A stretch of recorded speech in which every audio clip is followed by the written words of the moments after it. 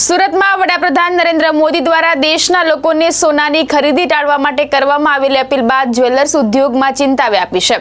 આ મુદ્દે સુરત જ્વેલર્સ એસોસિએશનના વાઇસ પ્રેસિડેન્ટ દીપક ચોકસીની પ્રતિક્રિયા સામે આવી છે।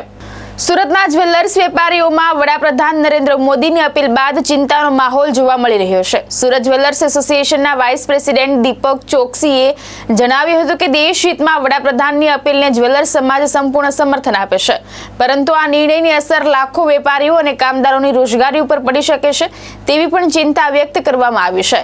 તેમણે જણાવ્યું કે સમગ્ર જ્વેલરી ઉદ્યોગ સાથે સીધા અને આડકતરી રીતે જોડાયેલા અંદાજે 8 કરોડ લોકોની રોજગારી જોખમમાં મુકાઈ શકે છે। આગળ તેમણે ઉમેર્યું કે જ્વેલર્સ માર્કેટ પહેલેથી જ મંદીની અસર હેઠળ છે અને વેપારમાં અંદાજે 40% જેટલો ઘટાડો નોંધાયો છે। હવે વડાપ્રધાનની અપીલ બાદ વેપારમાં વધુ ઘટાડો થવાની ભીતિ વેપારીઓમાં જોવા મળી રહી છે। સુરતના જ્વેલર્સ વેપારીઓએ સરકાર સમક્ષ ઉદ્યોગને સહારો મળે અને રોજગારી ઉપર અસર ન પડે તે માટે યોગ્ય પગલાં લેવા માંગ ઉઠાવી છે। માનનીય પ્રધાનમંત્રીશ્રીની ચિંતા સાથે અમે બધા જ્વેલર્સ સહેમત છીએ અને એમનું જે કહેવાનું છે એ મુજબ અત્યારે આપણું ઓવરઓલ જોવા જઈએ તો ભારતનું જે કાંઈ કન્ઝમ્પશન છે, જે કાંઈ રિઝર્વ છે એ રિઝર્વમાં મોટો ભાગ ગોલ્ડનો અને ક્રૂડનો છે। એમાં ગોલ્ડનું જે ઇમ્પોર્ટ થાય છે જેથી કરીને આપણા રિઝર્વ ઉપર માર પડતો હોય છે અને એક્સપોર્ટ અને ઇમ્પોર્ટના જે ફિગર્સ બાય ઇકોનોમિક્સની દ્રષ્ટિએ જે કાંઈ ફેરફારો આવતા હોય છે એની દ્રષ્ટિએ માનનીય પ્રધાનમંત્રીશ્રીએ આ નિવેદન કરેલું છે।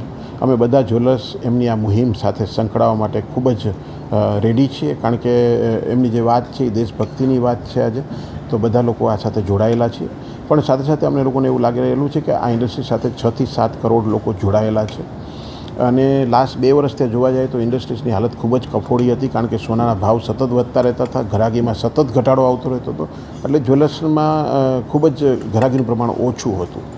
તો એની સામે કારીગરોને કામ પણ ઓછું મળતું હતું। હવે કારીગરોને પૂરતા પ્રમાણમાં કામ, આ મુહિમ પછી તો કારીગરોને કામ મળવાના ઘણા બધા પ્રોબ્લેમ્સ ક્રિએટ થશે અને આપણી ભારતની કળા કારીગરી તો હેન્ડમેડ આખું જે સોનાની જે કળા કારીગરી છે એ હસ્તકલા સાથે જોડાયેલી છે।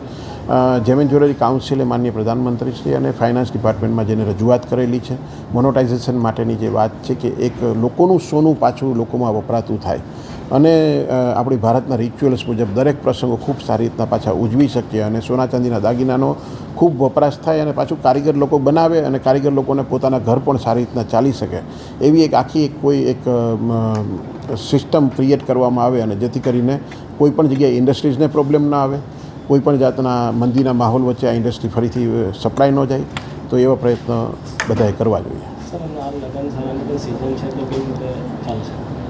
લગ્નસરાની સિઝનો સામે આ મુહિમની સામે કસ્ટમર પણ કદાચ આ મુહિમમાં જોઈન્ટ થાય, અમે જ્વેલર્સ લોકો જોડાશું, સાથે સાથે આ પણ જોઈન્ટ થાય તો એમાં એવું બનશે કે કદાચ કસ્ટમર પોતાનું જૂનું સોનું ફરીથી રિસાયકલ કરાવે, જેથી કરીને કારીગર લોકોને કામ મળતું રહે।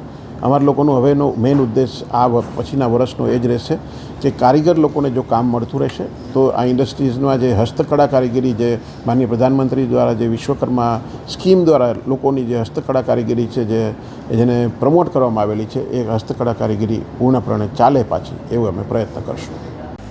ભાવેશ ઉપાધ્યાય, દ્રષ્ટિકોણ ન્યૂઝ, સુરત।